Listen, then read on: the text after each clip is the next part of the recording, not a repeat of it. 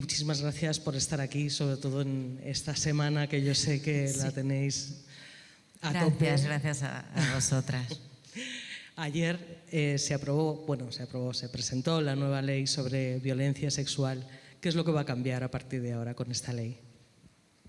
No sé si decirte antes qué es lo que no va a cambiar, que en vez de estar hablando del contenido estemos intentando desprestigiar a las portavoces otra vez, a las políticas, a las técnicas, diciendo que si una disposición final, la mayoría de las cosas que se están diciendo no solo son falsas, sino que son un desprecio tan grande a una ley tan grande.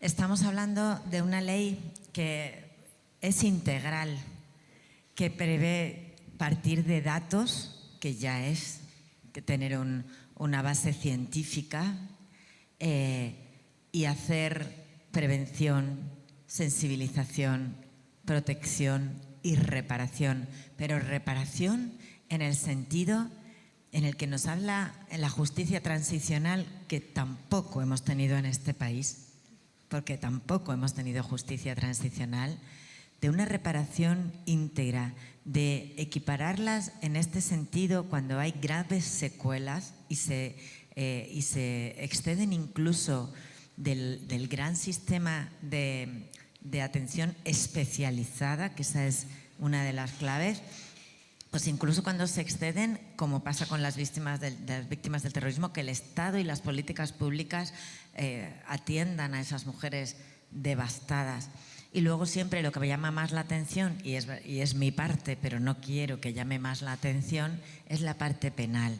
Nos pasó con la Ley Orgánica 1/2004, que es verdad que es la ancestra de esta, la predecesora, y que fue estupenda y que se ha quedado viejecita, que es que son 15 años ya. Pues nos pasó lo mismo, tenía 4 títulos, el cuarto era el penal y todo el mundo se sabe si acaso lo del penal, ¿no? Lo de la autoridad, en este caso judicial, pero también policial, que impone unas penas, que pone unas órdenes de alejamiento. Y en este, pues el acento se está poniendo en la parte penal, que es importante y está bien hecha, y por resumirlo muchísimo, porque os podéis imaginar lo difícil que es esto, pues es la ley del consentimiento y no del sometimiento. Es la ley de solo sí es sí y no precisas violencia o intimidación, luego no se va a medir tu resistencia.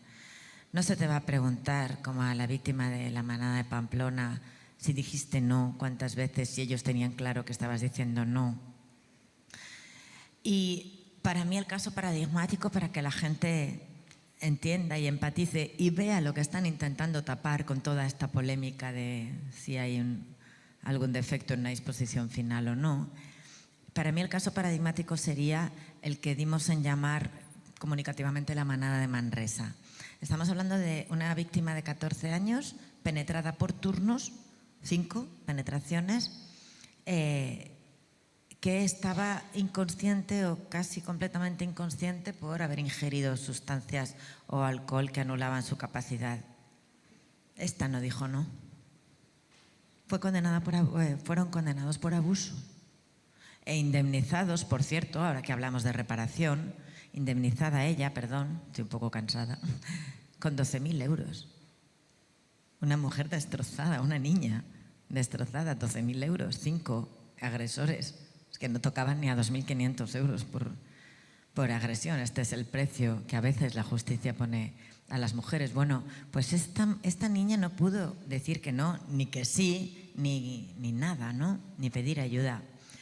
Así que para mí es el caso paradigmático de pasar del no es no a solo sí es sí, porque es tan fácil que lo entiende, creo que todo el mundo, como decir, vale, en la manada de Pamplona dijimos intimidación ambiental. ¿Qué diferencia hay entre estar paralizada por el miedo y estar paralizada por las drogas o el alcohol?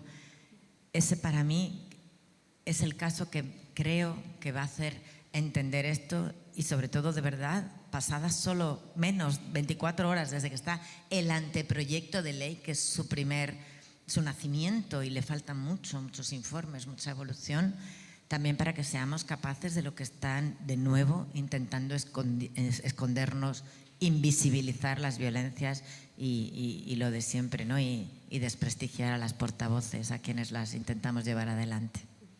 Sí, has respondido un poco a la siguiente pregunta que teníamos un poco preparada, porque tenía que ver con si uno de los temas claves de la ley, que solo sí es sí, digamos, era explicarlo un poco y qué consecuencias podía tener en casos que habían sido tan mediáticos y que no se aplicó el consentimiento, ¿no? Tú has mencionado la de, digamos, la manada de Manresa, está también la manada de la Arandina, en la que, digamos, el caso es distinto, que se aplicaron como 38 años, pero bueno...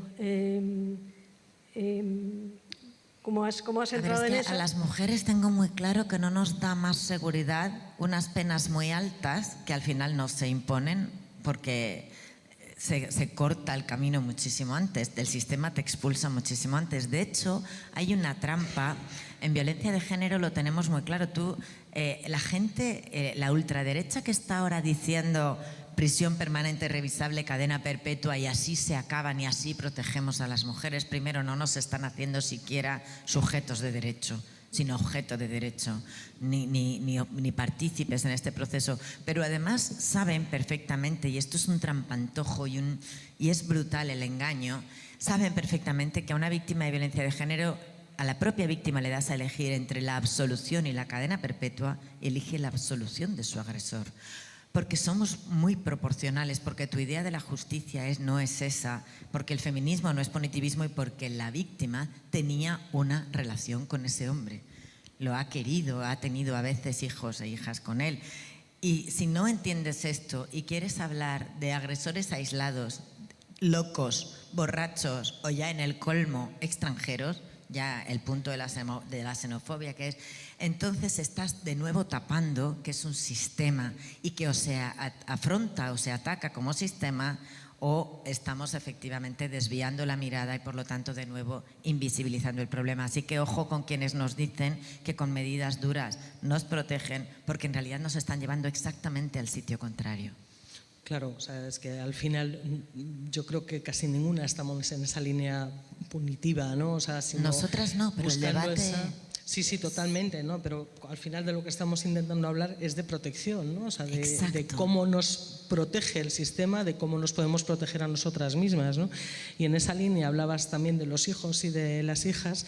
Yo también te quería preguntar cómo se puede proteger a las niñas, a los niños, cuando sus propios padres son quienes ejercen la violencia, el abuso sexual, y que bueno, hemos visto aquí ya en varias conversaciones que al final no reciben esa protección, ¿no? Muchas veces incluso se está castigando a las madres retirándoles las custodias cuando lo denuncian. Pues cumpliendo las normas, porque tenemos un Estado que no cumple su propio derecho cuando es derechos humanos y cuando el derecho trata de tener una perspectiva de género y una perspectiva también de menor, desde infancia. Haciendo lo que habría que hacer y lo que cualquiera haría si el delito no fuera machista. Es que todos y todas sabemos lo que hay que hacer ante una víctima tan desprotegida como un niño o una niña, y ante el riesgo, no el daño real, no después, ante el riesgo. Pero no lo hacemos porque nuestros propios estereotipos y nuestros propios prejuicios están a favor, en realidad, del sistema patriarcal. El derecho empezó con la declaración, nuestros derechos fundamentales empezaron con la Declaración de Derechos del Hombre y del Ciudadano, y es una especie de jersey en el que no está hecho para las mujeres.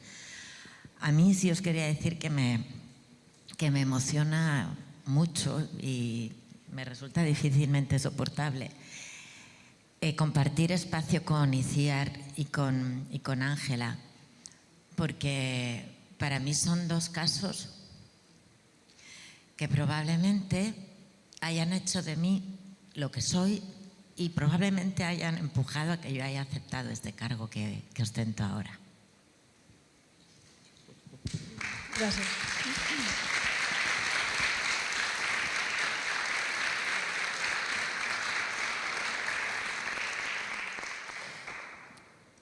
Yo creo que en los últimos años se habla cada vez más de ese inexistente síndrome de alienación parental, que parece que es una patología que solo se aplica en los juzgados y solo contra las mujeres, que es el responsable, creo que es uno de los grandes estereotipos que existen, ¿no? Que culpan a las mujeres de ser malas madres, de ser malas personas, de querer quedarse con los hijos, de acusar a los padres falsamente de violencias o de abusos sexuales para intentar quitarles las custodias, cuando en realidad estamos viendo que es una de las puertas principales por las cuales ellas pierden la custodia de sus hijos dentro del proceso judicial, ¿no? Muy difícil de contar, muy difícil de detectar, pero cada vez hay más voces que están pidiendo que se tomen medidas. Y me gustaría saber si hay algo que, digamos, tenga en cuenta ahora el gobierno, que esté pensando hacer el gobierno para atajar esto, para que esto sea un síndrome que se pueda detectar, o que se revisen las sentencias y que no siga ocurriendo. Que se revisen las sentencias es realmente complejo. Por empezar, es prácticamente imposible las sentencias firmes. El SAP, hace nada, yo inauguré, fue mi primer acto como delegada, una jornada organizada por mujeres juezas, una asociación que está aportando feminismo, humanidad y una perspectiva de derechos humanos brutal a la carrera judicial, y que, por cierto, también ha tejido mariposas, que creo que es una actuación como muy sintomática en unas magistradas, que fueron unas jornadas sobre SAP que se hicieron en el propio Ministerio de Igualdad. Y en estas, una querida amiga y fiscal, por si os da algo de fe en el sistema, decía que el SAP no era SAP, era un sapo, que nos estábamos tragando, un sapo que no está basado en nada, que no es un síndrome científico. Esto lo habría contado seguro mucho mejor Miguel Lorente, mi admirado predecesor, y que realmente es una manipulación que hace recaer de nuevo el dolor sobre quien ya es víctima, y además se proyecta como un hombre maltratador sobre quien es también su víctima, y es todavía más desvalida. Hace daño a la mujer, como hemos oído a los criminales decir, donde más le duele, durante tanto tiempo que resulta disuasorio para denunciar abusos sexuales. Y esta es la clave. La clave está en su efecto. Cuando no estés segura de a dónde lleva una película, pues puedes ir directamente al final a recordar cuál es el efecto, y es que las mujeres no denuncien algo que, curiosamente, yo creo que el creador del SAP realmente apoyaba, y es que son mensajes también que rozan, cuando no directamente entran en la admisión de la pederastia. Miki, por terminar ya, ¿qué otras medidas tenéis en cartera en el Gobierno para proteger a las mujeres? Suena fuerte decir esto de proteger a las mujeres del sistema de justicia. Pues yo, si tuviera que elegir una, sería la formación. Decimos mucho que el machismo es una enfermedad de transmisión social. No es una enfermedad en el sentido de que no sea aprendida y no puedas combatirla, ¿verdad? Pero que su única vacuna es la educación. Tenemos que formarnos todos y todas. Creo que las personas que estamos aquí hemos vivido ese proceso por el cual… ¿Quién escribió Gafas Violeta? ¿Alguna de vosotras dos? ¿Marisa? Tu artículo en el especial, que no he acabado más que de ojearlo. Cuando cruzas ese cristal, cuando te pones esas gafas violeta, cuando abres la puerta del feminismo, de la igualdad, de los derechos humanos, empiezas a verlo todo distinto. Y te das cuenta de los sesgos, de los estereotipos. Por supuesto, hay que formar en eso a la carrera judicial. La propia CEDAW, en la recomendación 35, nos lo ha dicho. Pero es que a toda persona que toque y que incida en la vida de las víctimas ya de violencias machistas, de género, sexuales, y las que son delito y las que no son delito. Y esas personas profesionales, somos todos. Todos y todas, toda la sociedad toca la violencia de género, toda la sociedad incide con esas víctimas, o las acompaña o no. Las experiencias que cuentan de ir a los juzgados son realmente una frontera muy difícil de cruzar, acompañar, asistir, y que no todo pivote sobre la denuncia. También es el convenio de Estambul y CEDAW nos dicen que sobre los hombros de las mujeres no podemos poner su propio proceso. Por eso es tan importante algo que ya hemos logrado en la ley, pero que hay que poner en marcha, vamos, que en realidad está puesto en marcha, pero que hay que potenciar, que es que te reconozca como víctima la administración, los centros especializados, el sistema sanitario, que no hace falta, imaginaos, si no hace falta en violencia de género ni en violencia sexual, las víctimas más devastadas que yo he visto, mujeres y niñas, que son las víctimas de trata de seres humanos. Esta ley las acoge y estas son las políticas públicas que hay que llevar a cabo.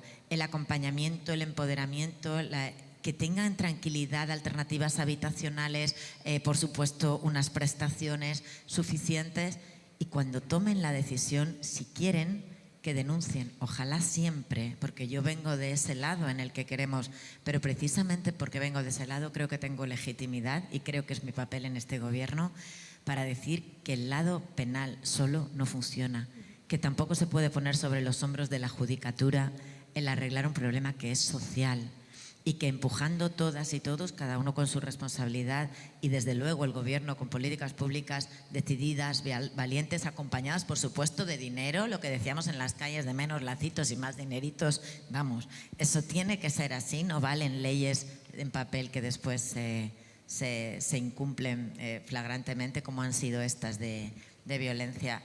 Con eso es que tendremos no solo un país más feminista, sino un país de personas más felices y sin duda una mejor democracia. Creo que ese es nuestro eje y así lo vamos a hacer.